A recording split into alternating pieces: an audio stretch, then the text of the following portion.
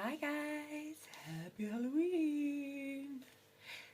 How are you all? It has been so long from I actually got to sit down and do a video. It's just been crazy.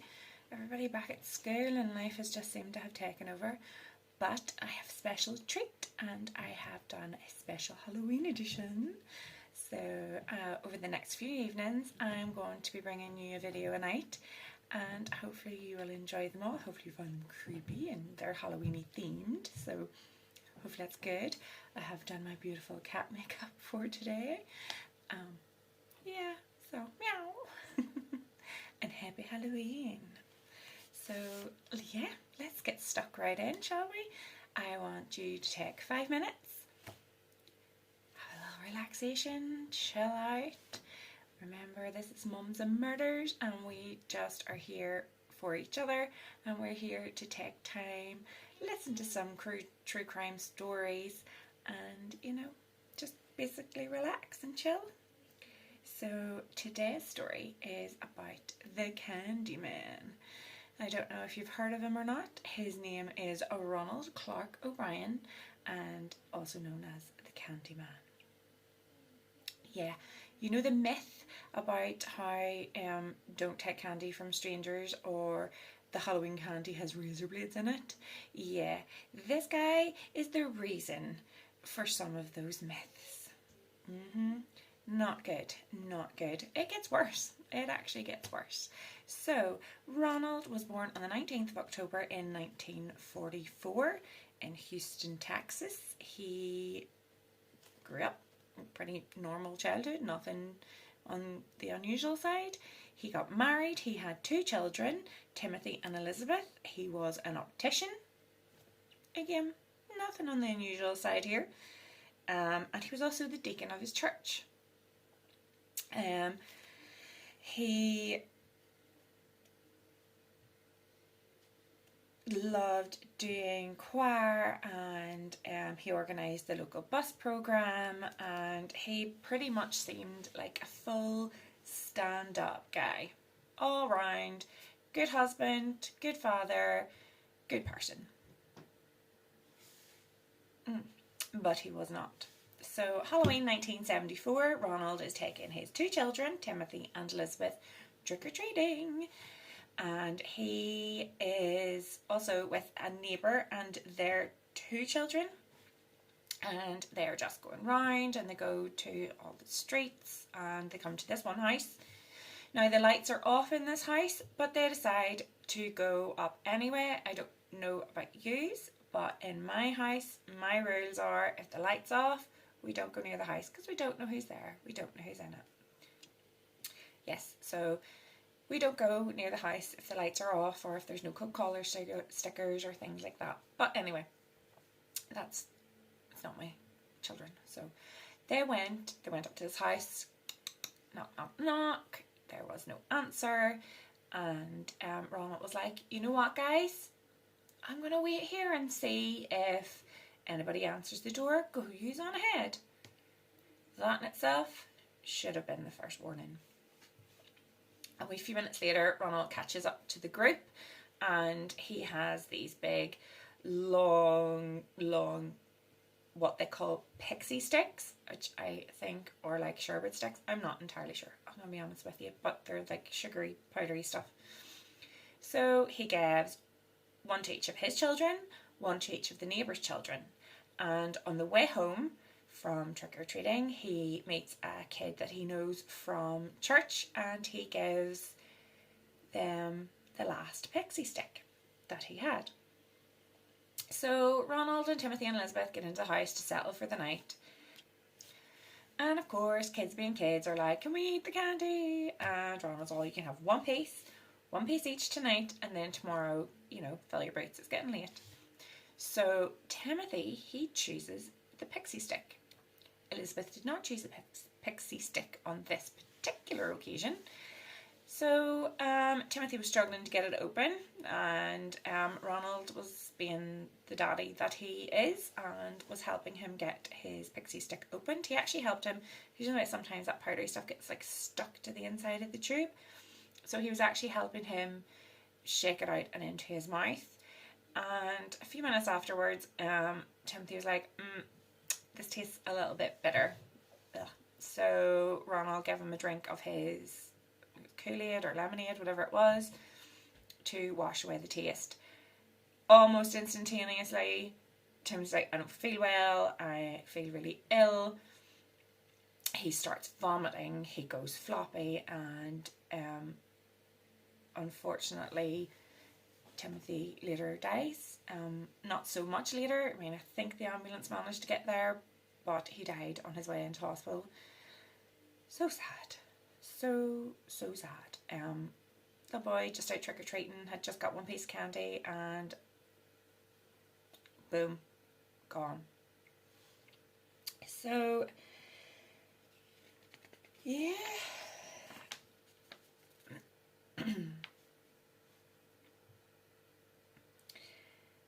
So less than 1 hour after eating just that one pixie stick, Timothy was gone. And Ronald, he was like, oh, he just went limp in my arms, I'm so upset, and da da da da da. But as news started to travel about, obviously there was an autopsy done because it's very sudden and it's a child, so he was poisoned, and that's what they say it was. And news got about he had been poisoned by his Halloween candy, and so this started kind of a mass panic, as you can imagine. However, they did ask for pieces of candy to be brought in, and pieces were tested, but the only things that came up with anything wrong were the pixie sticks. So they managed to get one from Elizabeth, obviously. They managed to get the one from the other 2 neighbourhood children, and there was one, and the parents were in sheer panic. They couldn't find it, they didn't know where it was, and thankfully they went up the stairs and the wee one was asleep with the pixie stick in his hand. That's how close he was to eating it, but he couldn't get it open, so he didn't eat it, thank God. So all pixie sticks were accounted for, and just poor Timothy, who lost his life. I'd love to say it was for absolutely no reason, but his dad will have other plans. So Ronald, of course, he was the one who got the pixie sticks, and police were very interested in him, and they had asked him more and more times where he got these pixie sticks from, take us on the route that you went, but he was just I can't remember, I don't know the house, there's nobody home, da da da da. However, eventually then he did tell them the house that he had got the pixie sticks from, and police went up, knock knock knock, but there was nobody home, and they figured out who owned this house, and went and interviewed the person that owned the house, and he explained that he had been at work that evening, but that his wife and child were indeed at home. At a certain point they had ran out of candy for the trick-or-treaters and had turned off all their lights and just wasn't answering the door. So he had an alibi and it all checked out. He was at work. The wife obviously agreed that she hadn't been given out candy at that point. They had turned all the lights off. So Ronald was suspect number 1, as he should be. It just angers me. This whole process just angers me, and I'm really sorry. There is a fly flying about in here and it's driving me up the wall, and I'm trying to ignore it, but it keeps coming over and it's driving me nuts. Sorry. Anyway, back to the story.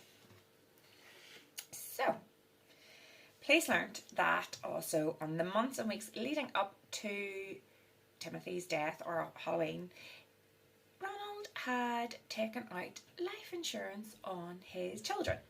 I didn't even know that was a thing. Who knew? Who knew you could take out life insurance on your children? But he did. So he took out $10,000 on each of his children initially at first. And a few weeks later, just before Halloween, he took out another $20,000 on Timothy and Elizabeth. So they were both worth $30,000 each. Ronald was in a lot of debt. And Ronald's thought to getting his way out of debt is, I know, I'll kill my children and claim the money. Well, Ronald, that didn't work out so well for you, or poor Timothy. But another story. So Ronald had also visited a chemical supply store, and there they were able to say that he was asking for cyanide, but after learning he had to order a certain amount, which was probably too much. He didn't get it from there, but he did He did get it from somewhere, so that's that. Ronald, of course, was arrested because all the evidence points straight to him. He wanted to poison his children. He wanted to poison his children to claim their life insurance money, and the rest of the children was to try and cover up his crimes, to try and cover his tracks. That, oh look, they got this random candy from somewhere. No. So on the 3rd of June 1975, a jury just took 45 minutes to find Ronald O'Brien guilty of capital murder and 4 counts of attempted murder. They also took just 71 minutes to sentence him to death.